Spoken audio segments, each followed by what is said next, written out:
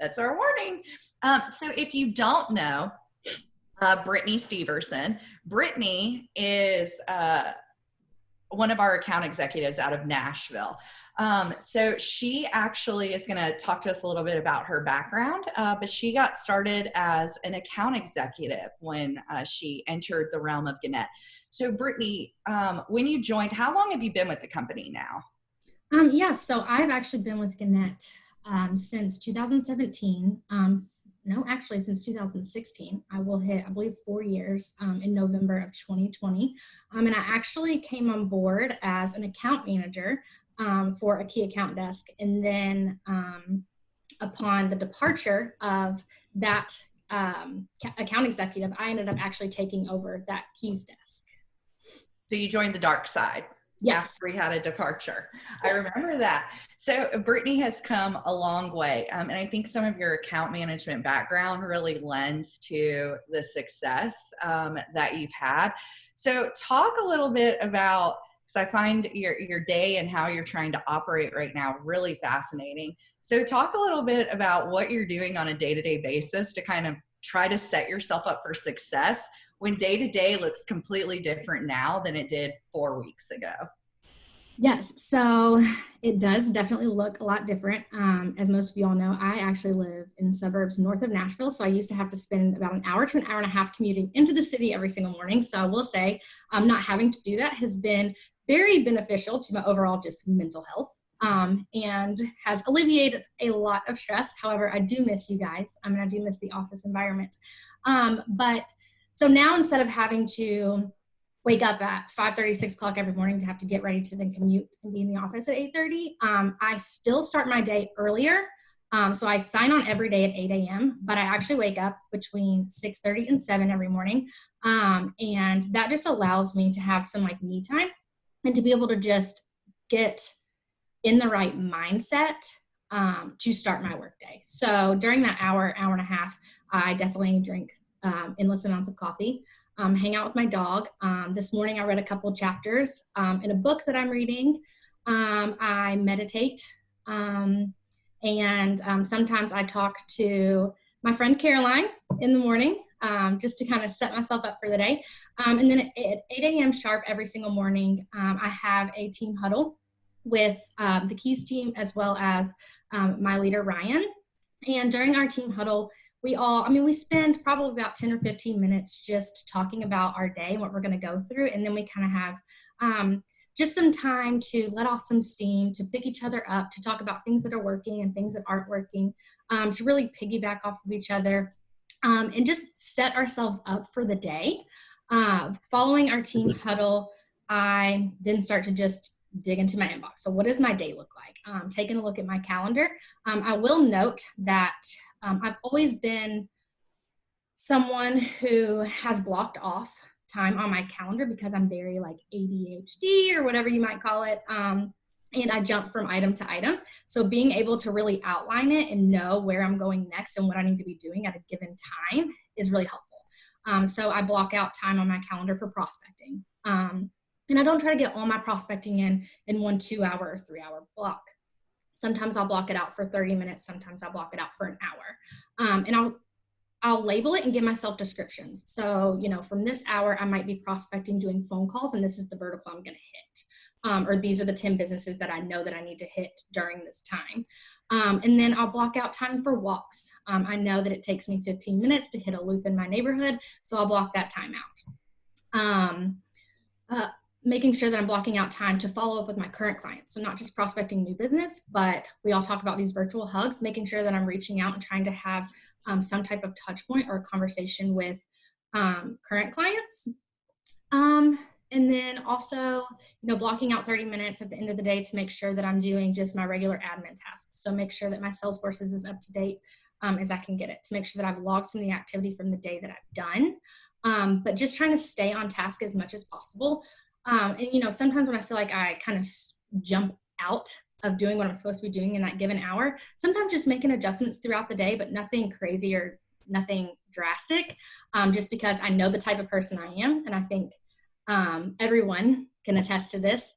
Being at home, you feel like, oh, well, I need to go switch the laundry over. I need to go do this. But knowing that I have certain time throughout the day marked off on my calendar to be able to get to those chores and tasks, just to navigate my day and be as productive as possible.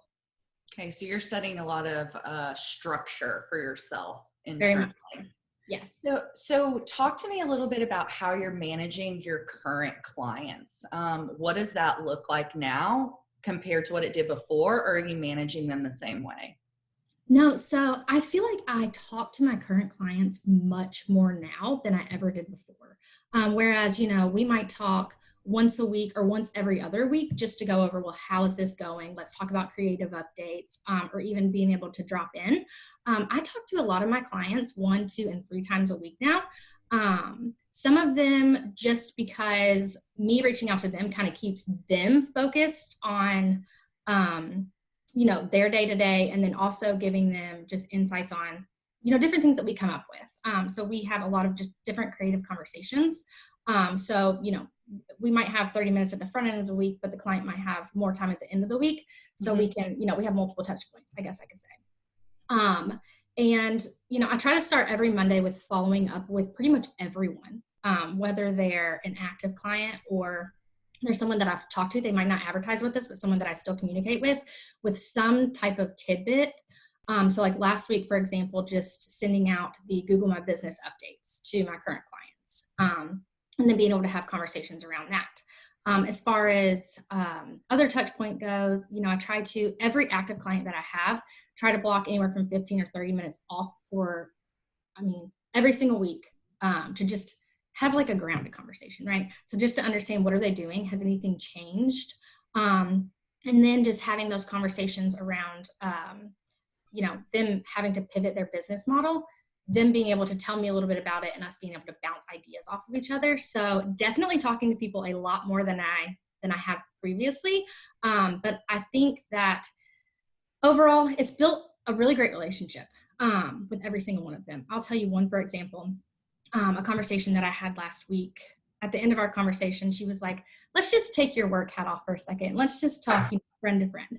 How do you stay so positive? And I was like, you know what? I don't even know. I don't even know how to answer that question. I don't know how I'm staying so positive.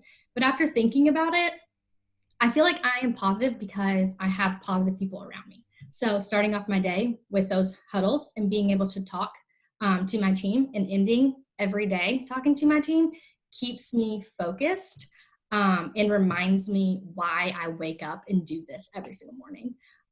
But that client actually asked me to have just a 15-minute touch point every single week, just to have like a positive conversation with her, just to keep her lifted up, because she didn't feel like other people around her were able to do that for her. So that was very, very humbling and made my heart happy. So I love that story that you have a mental health break with one of your actual active clients to help them through this.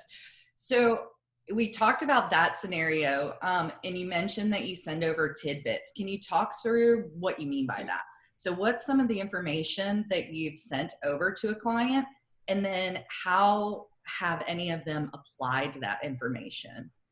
Yeah, so every week I feel like I send over something different. So a few weeks ago, I think it was the Local IQ Marketing Minute had sent out something, just how to, just at the front of all of this, how to navigate and things that you can do. So just sharing that with my clients and saying, if you'll take the time to read this, it's like 5 to 6 minutes long. If you have any questions afterwards, let me know. Or last week, sending out the Google My Business update. A lot of people were like, I had no idea that this was going on. If you wouldn't have told me this, I wouldn't have known. So they're able to make those updates to their Google My Business page, or understanding why, if their business was open, why reviews were not populating. This week, I just sent over a message off of one of those email scripts off of COVID on the hub, and just kind of generalize it and changed it and made it my own a little bit, but made sure that I highlighted the message at the bottom. In this time, everyone's having to pivot and change their business model. If you feel like you're struggling or you need a change in direction, let's get creative together. Was able to just open up some other conversations. So just little things like that, just to get people to start thinking about things that they need to do. I feel like a lot of people over the past couple of weeks have been just so frozen. So I think any little tidbit that they can get, I feel like would be beneficial. Very good. Sorry, I was on mute. We heard Maeve make a slight appearance there for a second. So I love how you're handling the day-to-day, and we've had this conversation over the last week, and you actually had a success on a client that paused with us. Part of this touch point for you, for your clients, and making sure that you're inspecting their business and you're looking at trends. Will you talk a little bit about the furniture store that you're working with that paused, unpaused, paused? There's a lot of back and forth and some insights that you were able to share with them that made them have a little bit of an aha moment. Yeah. So this furniture store in particular had a really very rough March. I mean, I think everyone in Nashville can attest to that. So they also were a part of the tornadoes that happened about a month ago. So they started off March being without power for a week and not being able to run their Nashville store. So not being able to run that business. And then after all of this, COVID started happening, and I believe Governor Lee put the executive order that essential businesses had to actually close. They had to then close their doors with less than 24-hour notice. So for them, that's what they did. They closed the doors, they locked the doors, everyone went home, and that was that. They didn't really think about how they were going to navigate, what their next steps were going to be, or even what they were going to do whenever they were able to being able to reopen. So they were kind of putting everything on, okay, I'm going to give myself this 14 days of being closed, and I'm just going to be able to reopen. So that kind of hurt for me, knowing that business pretty much has gone all of March without getting any revenue for their Nashville location. So the first thing that I wanted to do is I just wanted to look into their dashboard. I will preface that, yes, the client did have to pause everything. So I wasn't looking for campaign performance. I wanted to see if there were any leads coming in. So I looked at the dashboard and noticed that there were tons of form fills and there were tons of calls that were coming in. So I read some of the form fills and I listened to some of the calls. And what was really interesting is that customers were still inquiring about specific products. Are there any, what can I do with this product? Can I customize it? What's the price of it? How long would it take for you to get it in my home? I already have 2 of these chairs and I want to purchase 2 more. So it was all over the board, but good quality leads. So my first thing was, oh no, I got to get the client on the phone because I don't know if they're returning these calls and I don't know if they're answering any of these form fills. And we're all in the customer service business, right? So I felt like they should know so they can respond to those clients and let them know, or the customers, and let them know that our business is closed or what have you.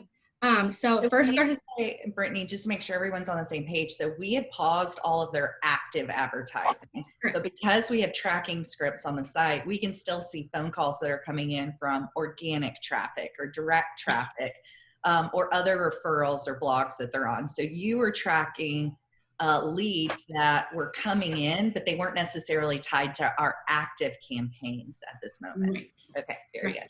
Yes. So step 1 was just looking in the dashboard and understanding that there were still leads coming in. And then before I went to the client, I just wanted to take a look at, since they've paused all active advertising, what's happening on their site. So we jumped into their analytics and we wanted to first look at their site traffic. And yes, their site traffic was down, being that they paused all of their advertising, but they still had a lot of site traffic. And then we were able to find that I'm going to say about 10 to 15% of their site traffic was turning into some type of form fill or a phone call. So after that, was able to have a conversation with the client and say, look, you're still getting good quality leads and you're still getting site traffic. Let's have conversations. So after sending over an initial email to the client, I'm like, you know what, before we hop on a call, I want to be able to do some more digging. So I hopped into Google Trends just to see, this is something that we include to the client in their monthly reporting anyways, just to understand what the trends are looking like month over month and year over year. But notice that furniture trends in Nashville and in Tennessee were up significantly from the beginning of the month. So I believe it was like 13 or 15%. So what does that tell us? Yes, people are still searching even in this very unprecedented time. So then my fourth step was to just look at consumer spend. And I didn't actually think about this until I got an email from, I think it was eMarketer, who had it was a snapshot of all consumer spend over, I believe it was March, and what that looked like. And you could see upticks or trends down. So that gave me a little bit more leverage when going to the client to say, look, you don't have to give up and you don't have to roll over right now, because it's not that people aren't searching or shopping or still inquiring. It just because your business is closed doesn't mean that we have to stop altogether. So what can we do? So then we just started piggybacking ideas off of each other, talking about different social plays. Could we keep one person in the business to answer the phones, to answer the form fills, and do, could we have people pick up their furniture? Could we push delivery out from 6 to 8 weeks? Could we, could we leave it in their driveway? Like, what could we do? So that was really interesting to be able to have those conversations that I had never actually had with the client. Very good. Now, this is a client, it was interesting that for about a year and a half, we've been, I don't want to say fighting, but we've been strongly encouraging them to get e-commerce set up on their site. So during this time, this was a client that did not have e-commerce. And by your investigative work during this downtime, and they don't actually have physical brick and mortar stores that are open now more than ever, they're going to have to push forward with activating that e-commerce. So it opened up that conversation as well. Yes. Very good. Yeah. So they've been working diligently on trying to understand and trying to figure out how they could implement e-commerce. And as of right now, it's not 100%, ready to go. But one of the things that they were able to do was create kind of a standalone landing page on their site with products that they know that they have good stocks of inventory for, and allow people to purchase a handful, or I'm going to say 40 to 50 different products, and be able to pick those up at the warehouse. So that's something that they will be moving forward with. Very nice. Very good. So I'm going to open it up now to the group, and we've got a lot of different folks on here. So for the rest of you who don't know all the parties, so we've got retail side spread throughout Tennessee. We've got some post-sales folks on the call as well. We've got some automotive folks. So we've got a pretty big mixture here. So Connor, do we have any questions in the chat? Any questions for Brittney, or if you guys want to take yourself off mute, we can answer any questions that have come up. Doesn't look like we have any. Yeah, we haven't had any in the chat so far. Okay, very good. So Brittney, any parting words for your colleagues here? I heard you mention some tools that you're leveraging. So one, you're structuring your day, and you're having to make your day more structured so that you have the ability to stay on task with certain items. But I heard you talk about Google Analytics, Google Trends, and then our Reach Edge platform for pulling together data. So would you say those are the tools that you're relying on most? Are there any others that you're leveraging right now? Yeah, no, so definitely leveraging all the ones that we talked about. And I will say I am a big fan of Think with Google and AdMall, eMarketer, Ad Age, and all of those. So one of the things that I've been doing is just trying to stay up to date as much as possible. It's easy for us to have these conversations, but when you're getting information and you're hearing things from different, I guess, industries or just different people, right? So not Gannett people, not coworkers. It's a different tone, right? So being able to utilize those and just stay up to date as much as possible has been really important.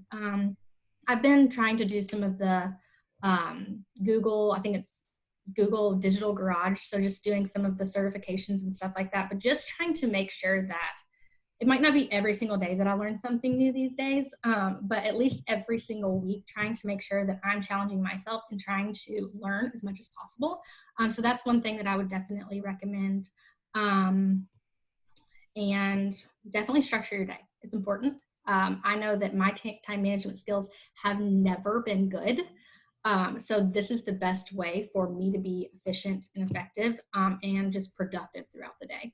And then I guess lastly, just staying positive and knowing that we really are all in this together.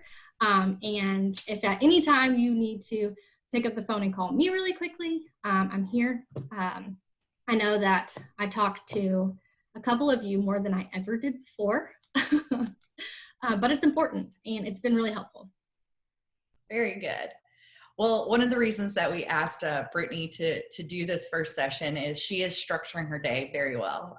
She's being productive, powering through her day, but that positivity, I will also echo that she's doing a fantastic job. And don't take lightly that Brittney's book of business has just powered through this. She is one of the reps who probably has a book of business that was hit the hardest out of the whole group.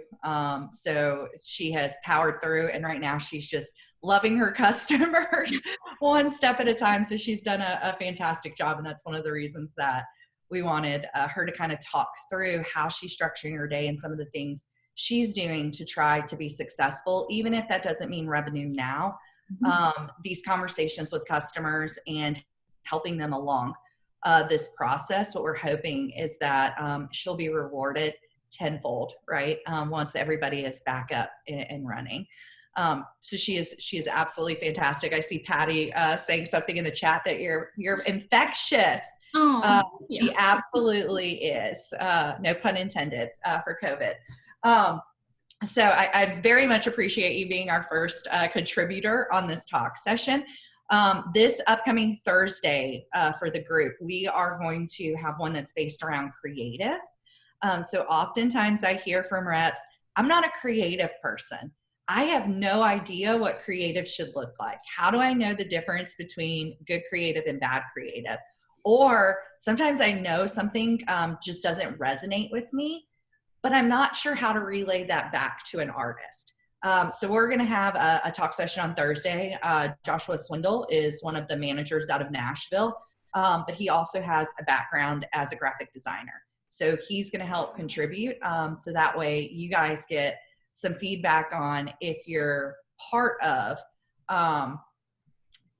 the advertising group that works hand in hand with design, some fun facts that might be able to help you guys get some good creative back, or at least be able to navigate that communication stream with your design team a little bit better. So if there's any questions, please let us know. Also, I'm gonna distribute how you can find these videos this week. But we also have an email address that we set up, and I'm going to get that out to everyone. So in advance of these sessions, if you have questions that you want us to answer as we go throughout a session, that will be readily available. So you guys can submit those to us in advance. As always, if you have questions afterwards, we can connect you to each other, or we can distribute answers to the wider group. But again, one of the reasons that we wanted to set this up was to have short, brief sessions a few times a week where we can just talk about situations that hopefully you can glean some sort of insight from and take, to Brittney's point, a tidbit that you could apply here or there throughout your day. And some sessions are going to resonate more with others, but please submit topics that you're interested in. Again, some of these folks are going to be internal with Gannett. We can also reach outside of the company. So there's no topic that we can't explore. So please don't be afraid to shout out what those are. So if there are no other questions, I'm going to wrap this first session up. But thank you, Brittney, for being our first Vala-nominated person to join the talk session. You're getting a round of applause from everyone. Thank you. Very good job. Thanks for listening to me. Yeah, if you guys have questions about, if you want to hear more in depth, some of Brittney's practices that she's put into play, if you want to hear more in depth about the customers she talked about, in specifics, you'll notice that we didn't share the names of those because we are going to be putting this on a YouTube channel that others are going to have access to. That way you guys have one central place to go and find videos. But we appreciate everybody's time today. I hope you guys got something out of this. if you didn't get a nugget out of today's that you can apply, maybe you're already doing everything to the best of your ability. I hope you guys join Thursday's session and you get something out of that one. So we're going to sign off now. But again, Brittney, thank you so much. Great job. And we appreciate everyone for attending today. Thanks Thanks, guys. Thank you.